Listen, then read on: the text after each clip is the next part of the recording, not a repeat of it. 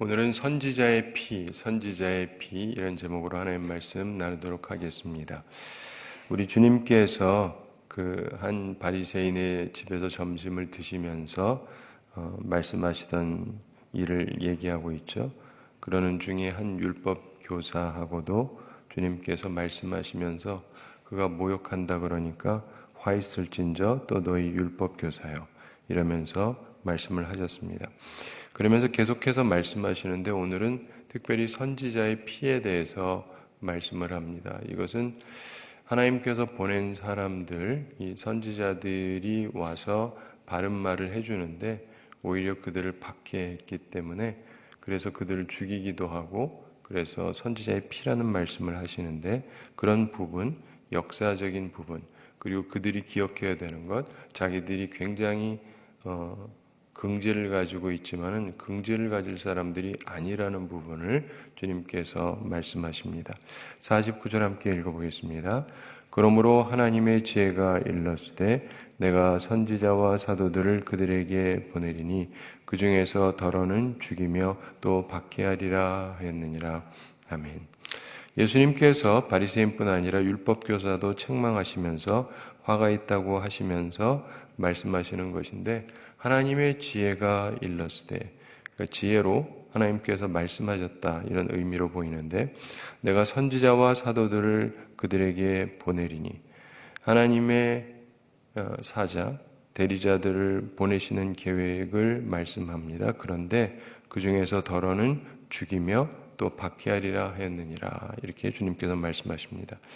말씀대로 성취가 되었죠. 과거에도 그러했고 이때 이후에도 이게 계속되는 것인데 잘 아시는 대로 예수님도 하나님의 아들이시지만 죽임을 당하시죠.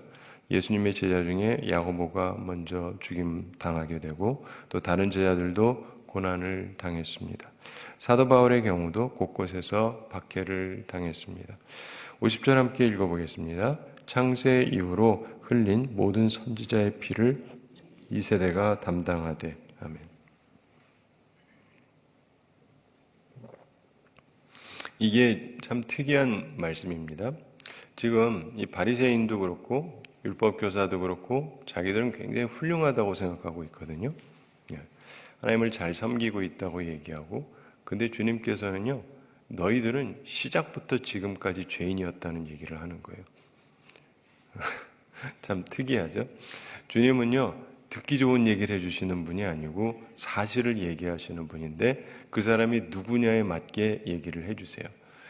그래서 어떤 사람은 그냥 위로해 주시죠. 우리들이 잘 쓰는 것 중에 하나가 가늠하는 현장에서 잡혀왔던 여인에 대한 얘기를 많이 하잖아요.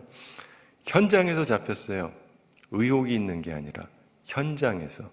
그러니까 이거는 의혹이 아니라 확실하게 가늠한 사람이 남자도 아니고 여자가 잡혔다 그러면 굉장히 심각한 죄에 해당이 되는 거죠. 그리고 우리가 생각하건대는 이 사람은 분명히 유부녀였을 거다 이렇게 우리가 추정을 하는데 어쨌든 유부녀가 그러면 이건 더 큰 문제예요. 근데 어쨌든 간에 주님께서 이 여인에 왔을 때 나도 너를 정죄하지 않는다 그러죠. 사람들이 이 부분을 굉장히 좋아합니다. 그렇죠? 그 성경을 매우 좋아합니다. 요한복음에 나오는 얘기인데 사람들이 그 부분을 굉장히 좋아하고 또 그 부분 가지고 얘기를 참 많이 하죠. 그런데 그것만 있는 것이 아니고 또 주님께서 어떤 부분에서는 명확하게 사람들의 죄를 지적을 하십니다. 그러므로 우리는 취사선택해서 내가 좋은 것만 딱 갖다가 하려고 하는 게 아니고 주님이 말씀하신 것들을 총체적으로 이렇게 볼 필요가 있습니다. 그런데 예수님께서 지금 창세 이후로 흘린 모든 선지자의 피를 창세 이후로 하나님께서 이 세상을 창조하신 이후로 여러 선지자들을 죽인 죄가 있다. 근데 이 세대가 담당하되 이렇게 얘기하고 있습니다. 자, 지금 이 사람들은 자기들이 굉장히 훌륭하다고 생각하고 있는데 그 모든 죄를 너희들이 담당해야 된다. 시간이 흐를수록 죄에 대한 책임은요 늘어나는 것이거든요. 전 세대의 잘못을 보면서 교훈을 얻어야 되잖아요. 예를 들면 부모님이나 윗분들이 잘못했으면 그러니까 그분들이 그랬으니까 나도 그런다라는 것은 핑계에 불과하죠. 살인자가 말하기를 우리 아버지도 살인했기 때문에 나도 살인합니다. 그럼 죄가 경감이 되나요? 아니죠. 그렇잖아요. 그런 것처럼 부모가 잘못했고 윗사람들이 잘못했으면 나는 그러지 말아야죠. 깨달음을 얻고 교훈을 얻고. 그런데 전 세대가 잘못을 한 걸 자기들도 뻔히 알면서 그냥 교훈을 얻지 못하고 새로운 세대에 또 다른 악을 더하는 것이라는 것이죠. 그래서 예수님이 오셨음에도 불구하고 예수님을 영접하지 아니하고 예수님을 비판하고 또 예수님이 바른 말씀을 하시면 우리를 모욕하고 있냐 이렇게 얘기를 하고, 그래서 이들은 벌이 가중될 수밖에 없다는 것입니다. 51절 함께 읽어보겠습니다. 곧 아벨의 피로부터 제단과 성전 사이에서 죽임을 당한 사가랴의 피까지 하리라. 내가 너희에게 이르노니 과연 이 세대가 담당하리라. 아멘. 자, 예수님이 그러면서 실제적인 얘기를 하시는데 시작이 아벨 얘기고 그리고 그 다음 마지막 얘기가 사가랴 얘기인데 이 둘을 통해서 예수님께서 말씀하십니다. 우리들 입장에서는 구약의 시작, 신약의 마지막 이러면 이제 통틀어서 얘기하는 느낌이 있잖아요. 우리가 성경이 있으니까. 근데 예수님 당시에는 신약 성경이 없잖아요. 그렇죠? 신약 성경이 없죠. 그래서 예수님 당시에 사람들이 알아들을 수 있도록 구약에서 시작점과 사실상 마지막에 해당하는 부분을 주님께서 말씀을 하시는 거예요. 자, 곧 아벨의 피로부터, 우리는 다 아벨 얘기를 잘 알지 않습니까? 그래서 아벨이 그의 형 가인에게 죽임을 당했습니다. 그거의 분명한 죄죠. 자, 생각해 보면은 그 안 좋은 죄가 있었는데 그 다음에도 뭐 이런저런 사람이 있겠지만 주님께서 그 다음으로 제단과 성전 사이에서 죽임을 당한 사가랴의 피까지 하리라 이렇게 말씀합니다. 매우 악한 살인의 경우에 해당하는데 그 역대하에 보면 사가랴의 아버지 여호야다가 있죠. 이분이 어린 요아스가 죽지 않도록 숨겨줍니다. 그리고 왕이 되도록 도와주죠. 아주 험한 시대가 있었잖아요. 그래가지고 한때 여자가 이스라엘을 다스렸던 때가 있습니다. 다 죽여버리고 씨를 말려버리고 자기가 하는데 그때 제사장 여호야다가 이 요아스가 죽지 않도록 이렇게 숨기죠. 그게 이제 역대상 24장에 보면은 그러다가 역대상 24장 15절에 여호야다가 나이가 많고 늙어 죽으니 죽을 때 130세라. 그러면서 그가 다윗성의 여러 왕의 묘실 중에 장사되었다. 이것은 뭐냐면 그가 굉장히 존경받은 사람이었다 이런 얘기입니다. 그런데 그때 이후에 여호야다가 죽은 후에 그 왕이 그때까지는 그래도 자기를 살려줘서 자기가 살아 있었으니까 그래도 하나님을 섬기는데, 그런데 그분이 돌아가시고 나서는 이 사람이 딴짓을 하는 거예요.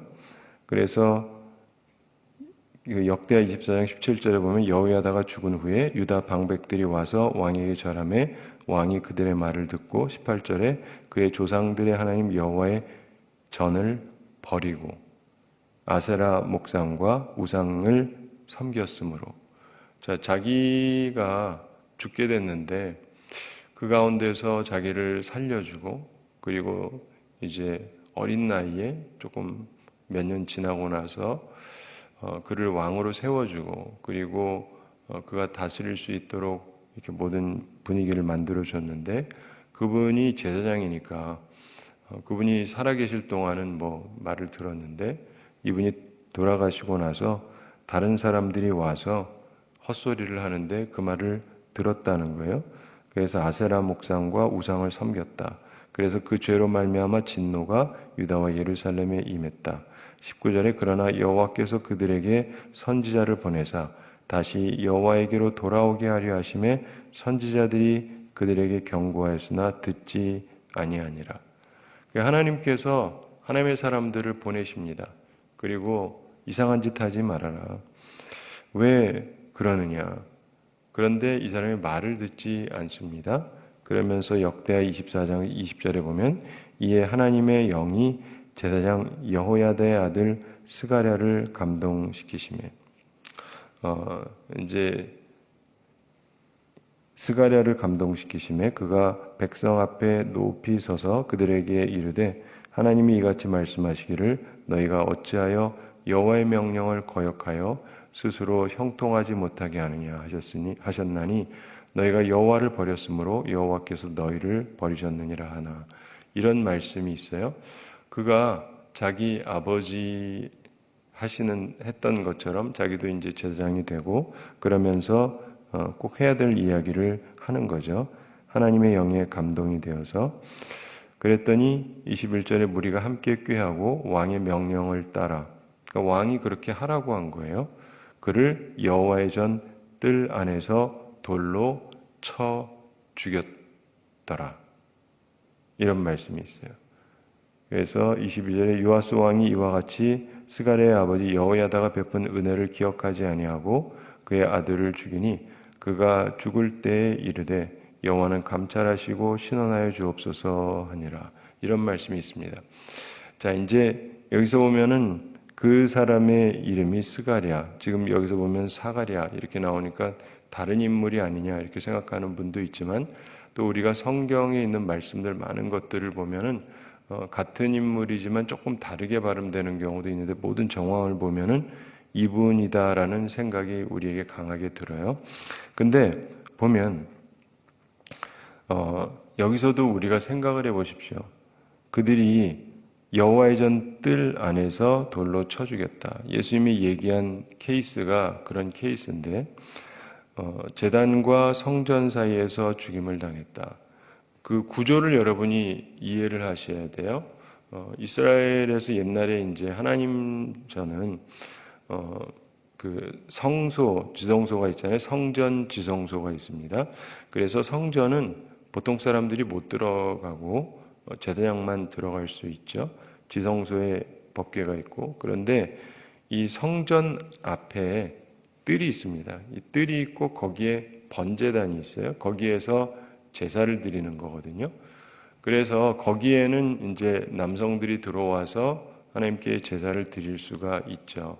그래서 이 성전하고 그 예수님이 말씀하신 제단하고 성전 사이 바로 거기가 뜰이거든요. 그래서 여호와의 전 뜰 안에서 거기에서 죽였다. 돌로 쳐 죽였다. 쉽게 말해서요. 우리 생각해 보세요. 우리 한국에도 참 지독한 사람들이 많지만 어느 교회에서 목사를 본당에서 죽였다. 들어보셨죠? 나 아직 못 들어봤어요. 무슨 말인지 알죠? 뭐 좀 지독한 인간들 얘기가 간혹 나오긴 하지만 아직까지 목사를 여기서 교회에서 죽였다는 얘기까지는 제가 알기로는 못 들어본 것 같은데 이들도 굉장히 지독한 거예요. 아니 밖에 나가서 죽이는 것도 아니고 밖에서 죽일 수도 있잖아요. 죽이려면. 근데 거기서 죽인 거예요. 거기서. 우리 식으로 얘기하면 본당에서 죽인 거랑 똑같은 거예요. 그러니까 얼마나 사악합니까? 근데 그거를 왕이나 백성들이나 얼마나 사악한 거예요. 그것도 자기 입장에는 은인 아닙니까? 은인. 근데 그 은인의 아들인데 그분이 바른 말을 한다고 죽이냐고요. 그것도 하나님의 전에서. 말이 안 되는 거지 않습니까? 근데 예수님이 이 역사를 끌어오시는 거예요. 이스라엘 역사에 보면 좋은 것도 있고 나쁜 것도 있고 그렇죠. 근데 예수님께서 보통 우리들이 잘 생각 안 하는 걸 쫙 끌어와가지고 얘기를 하는데 왜 아벨의 피부터 얘기하시고 그러면서 이런 얘기를 하시는 거예요. 특별히 아벨의 이야기는 구약의 첫 책인 창세기에 나오지 않습니까? 그 창세기에 나오는 살인의 이야기고 이 사가랴의 일은 역대기에 나오는데 참고로 우리는 우리 성경에 보면은 구약의 마지막 책이 뭐죠? 네, 말라기죠. 말라기. 그래서 역대하에 나오니까 역대기에 나오니까 중간쯤에 있어 보이잖아요. 근데 그게 아니고 우리들하고 유대인들하고 정경을 놓는 순서가 좀 달라요. 그래서 유대인들은 마지막 책이 말라기가 아닙니다. 말라기가 아니고 역대기예요. 그래서 이 순서상 보면은 역대기가 마지막이기 때문에 창세기부터 우리식으로 얘기하면 요한계시록까지 하는 얘기랑 비슷한 얘기인데, 그 당시 사람들이 생각하기에는 역대기가 마지막 책이거든요. 근데 그걸 예수님이 끌어가지고 와서 이야기를 하시는 거예요. 그래서 그러니까 이런 것들은 여러분이 뭐 다 아셔야 될 필요까지는 없지만 하여간 그런 얘기입니다. 참고로 뭐 십계명 같은 경우도요, 우리하고 유대인들 그리고 뭐 천주교도 그렇고 십계명이 다 있죠. 성경에 있으니까. 근데 1, 2, 3, 4, 5, 6, 7, 8, 90이 틀려요. 이게 대부분 잘 모르시죠. 제가 신학교 때 쭉 연구하면서 본 건데 좀씩 달라요. 왜 그러냐면 성경에 말하기를 제1은 나 외에 다른 신을 섬기지 말라, 뭐 이런 식으로 하고, 제5는 뭐 내 부모를 공경하라 라고 성경이 되어 있지가 않아요. 1, 2, 3, 4, 5, 6, 7, 8, 90을 성경이 집어넣고 있지 않습니다. 근데 우리가 십계명이라고 하면서 그럼 십계명이니까 이렇게 하면 이렇다라고 우리가 규명을 하고 있는데, 서로가 이 규명하는 게 조금씩 틀려요. 뭐 그 얘기까지 해드릴 시간은 없고, 근데 그런 것처럼 지금 우리들이 생각하는 그 원칙 가지고 아는 걸 가지고 얘기를 해야 이해가 되는데, 유대인들 입장에는 이거 다 아는 얘기예요. 다 아는 얘기라고요. 근데 그걸 가지고 예수님께서 얘기를 하시는데 굉장히 가슴 아픈 이야기인데, 이게 너희들이 하던 거다. 너희 조상들이 하던 거다. 얼마나 사악하냐. 그러면서 예수님께서 성경의 처음과 끝을 상징한다고 볼 수 있는데, 그걸 염두에 두고 그 당시 말씀하신 것이고, 내가 너희에게 이르노니 과연 이 세대가 담당하리라. 이스라엘은 계속 선지자를 죽이고도 회개하지 않았죠?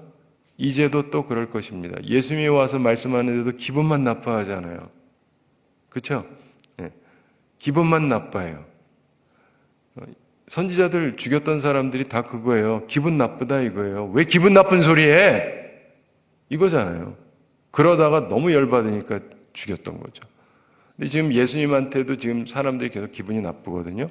그리고 이게 성경을 보면서 깨달으셔야 되는데, 결국 기분 나빠서 죽인 거예요. 네. 여러분이 이걸 이해하셔야 돼요. 그래서 나는 안 그럴 것이다. 그렇습니까? 근데 여러분은 기분 나쁜 말씀을 들을 때 괜찮으냐고요. 근데 진짜 믿음의 사람들은 기분 나쁜 얘기를 들어도 시험에 들지 않는다니까요.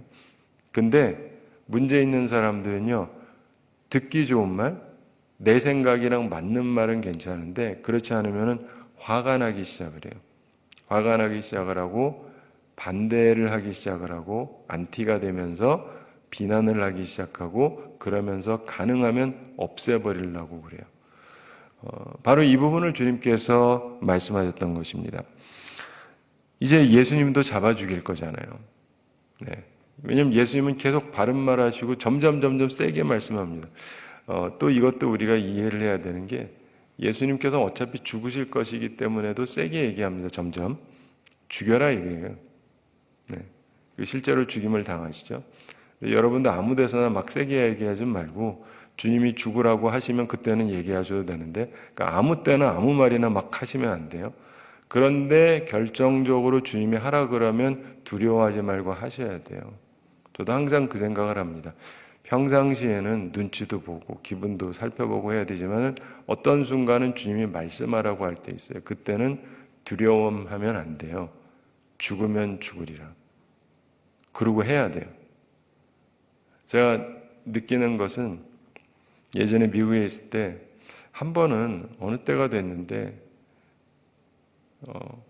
그때 따라 주님께서 이상하게 절더러 세게 얘기하라는 감동을 자꾸 주시는 거예요. 그래가지고 제가 굉장히 부담스러운 거예요. 그래가지고 그래서 설교를 하는데 좀 세게 얘기했죠.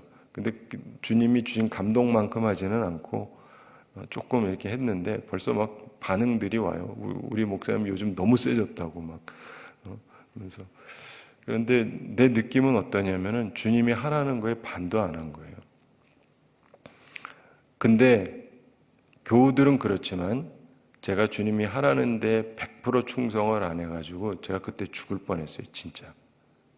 제가 그걸 경험을 하면서 주님이 하라면은 충성해야지. 이 죽을 뻔했다는 게 사람에 의해서 죽을 뻔했다는 얘기가 아니에요.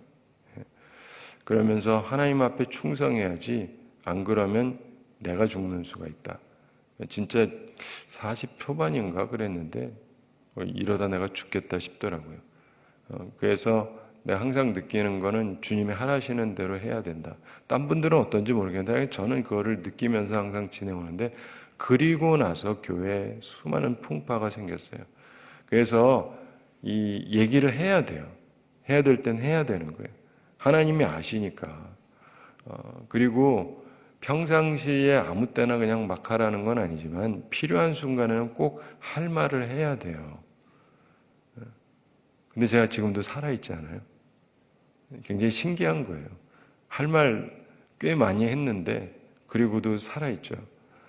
미국이 이렇게 동성애나 이런 것 때문에도 다 넘어가고 그럴 때도 이게 완전 넘어가잖아요. 그럼 사람들이 말을 안 해요.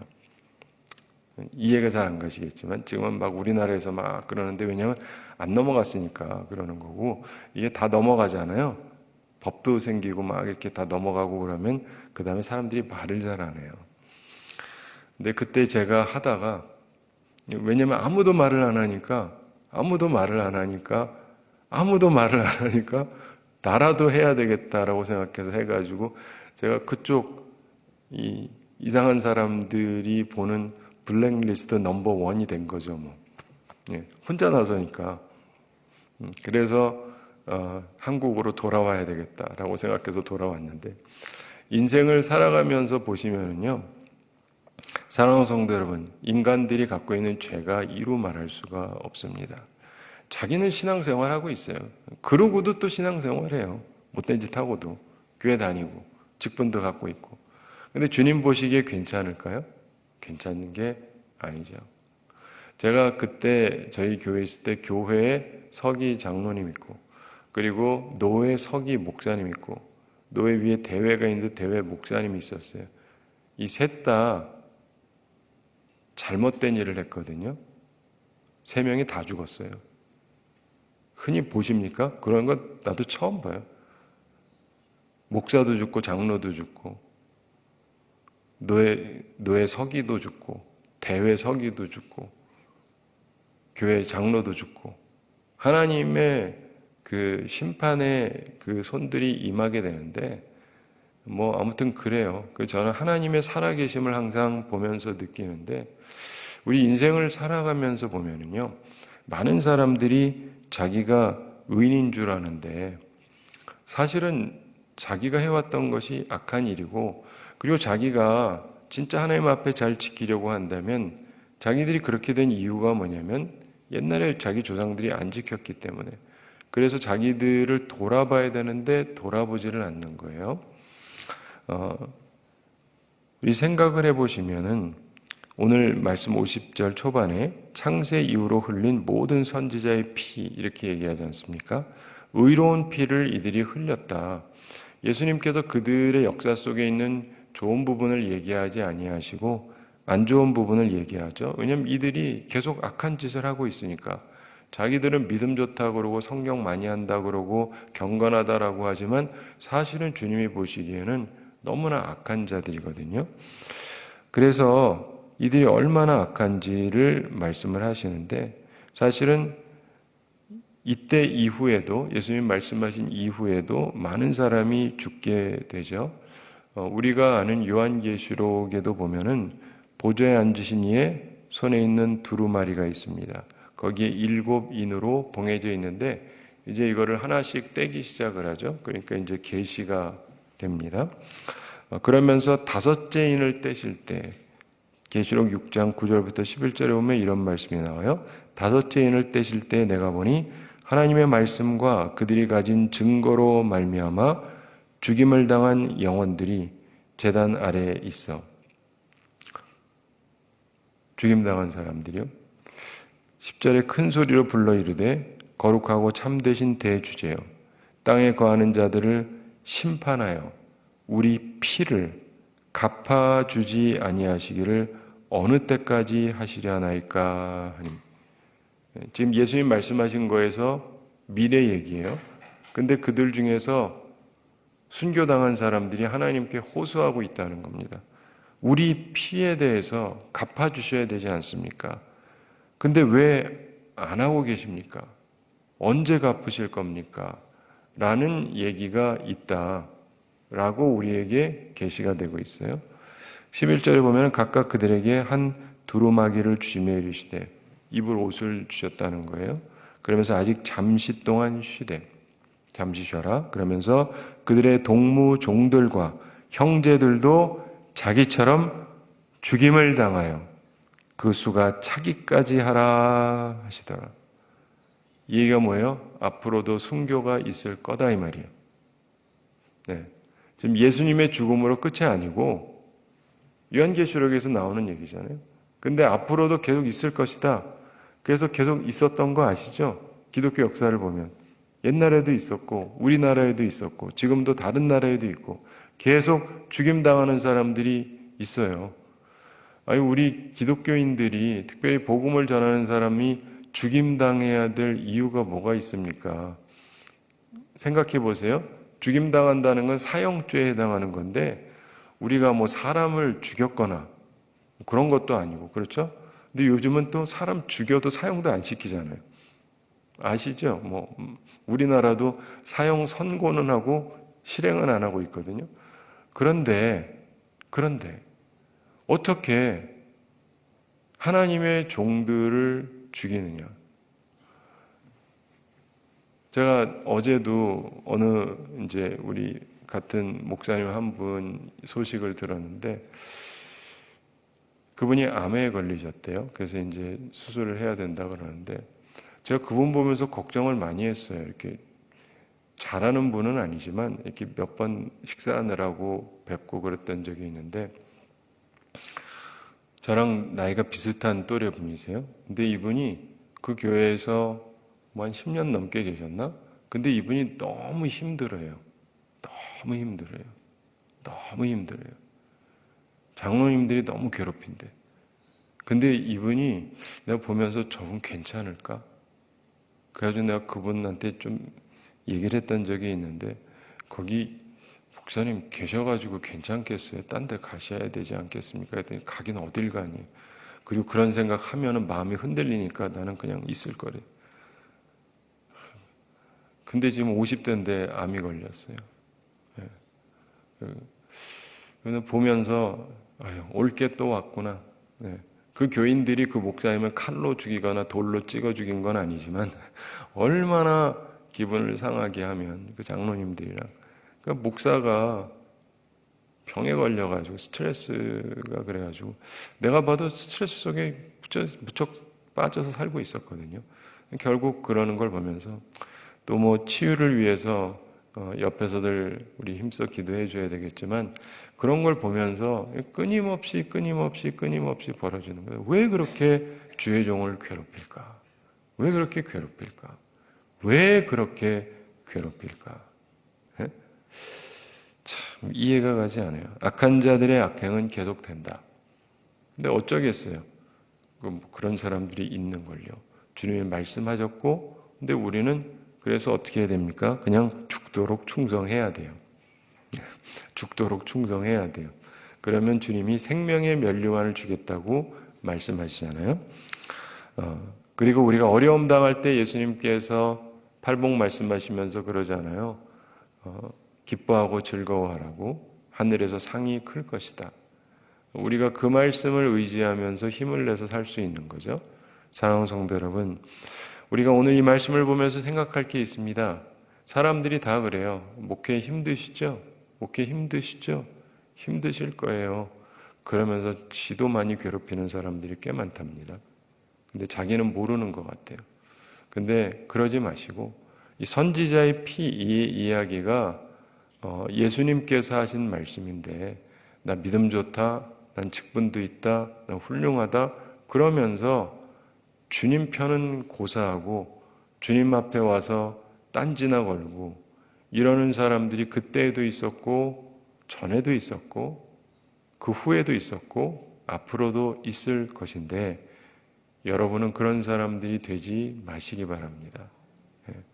그리고 하나님 앞에서 순전하게 살고 주의 제자들이 함께 했던 것처럼 온전한 주의 제자가 되어서 하나님의 일에 도움이 되고 힘을 실어드리고 그래서 하나님께서 기뻐하시는 삶을 살게 되기 바라고 예수님께서 그래서 하셨던 말씀이 있어요.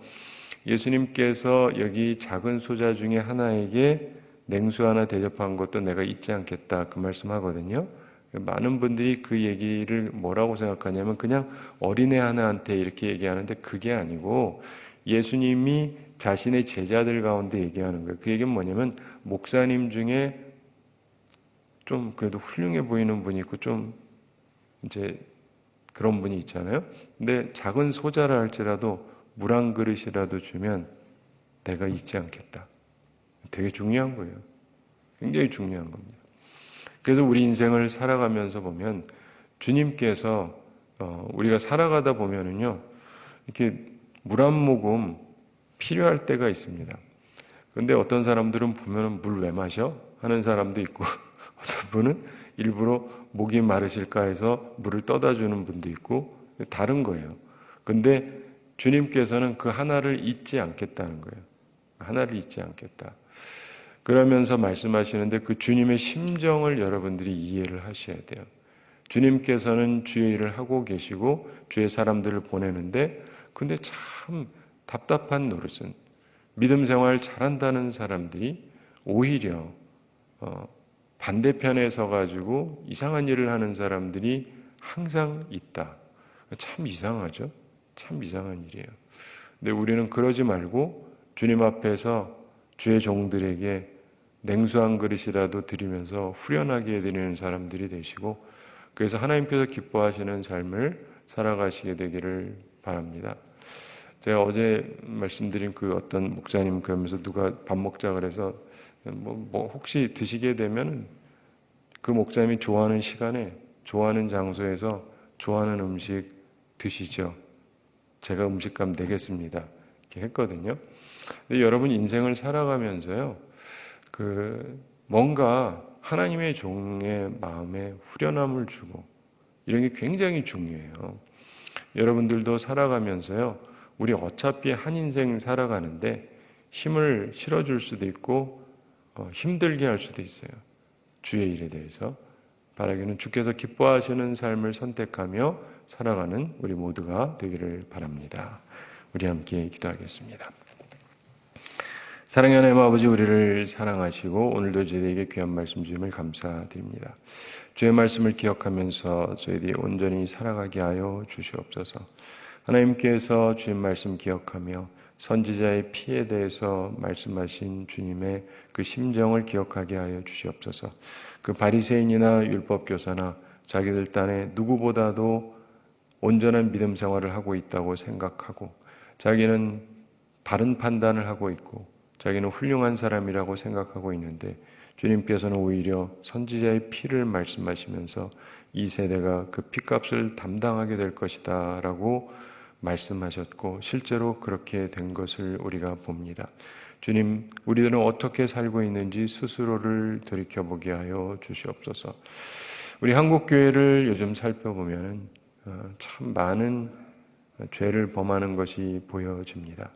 주의 종들을 편하게 해드리는 것이 아니라 주의 종들에게 힘들게 하는 사람들이 교회 곳곳마다 수없는 곳에서 이야기가 들리는데 그러면서 자기들이 잘하고 있다고 생각하는 어리석은 사람들이 얼마나 많습니까?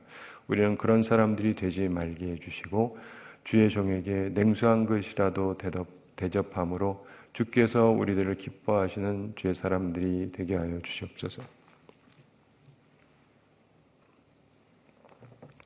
주께서 우리에게 은혜를 더하여 주시옵시고 우리 성도들 영육간에 강건케 해주시고 일용할 양식 공급하여 주시고 시험에 들지 않고 악과 싸워 이기는 주의 용사들이 다 되게 하여 주시옵소서.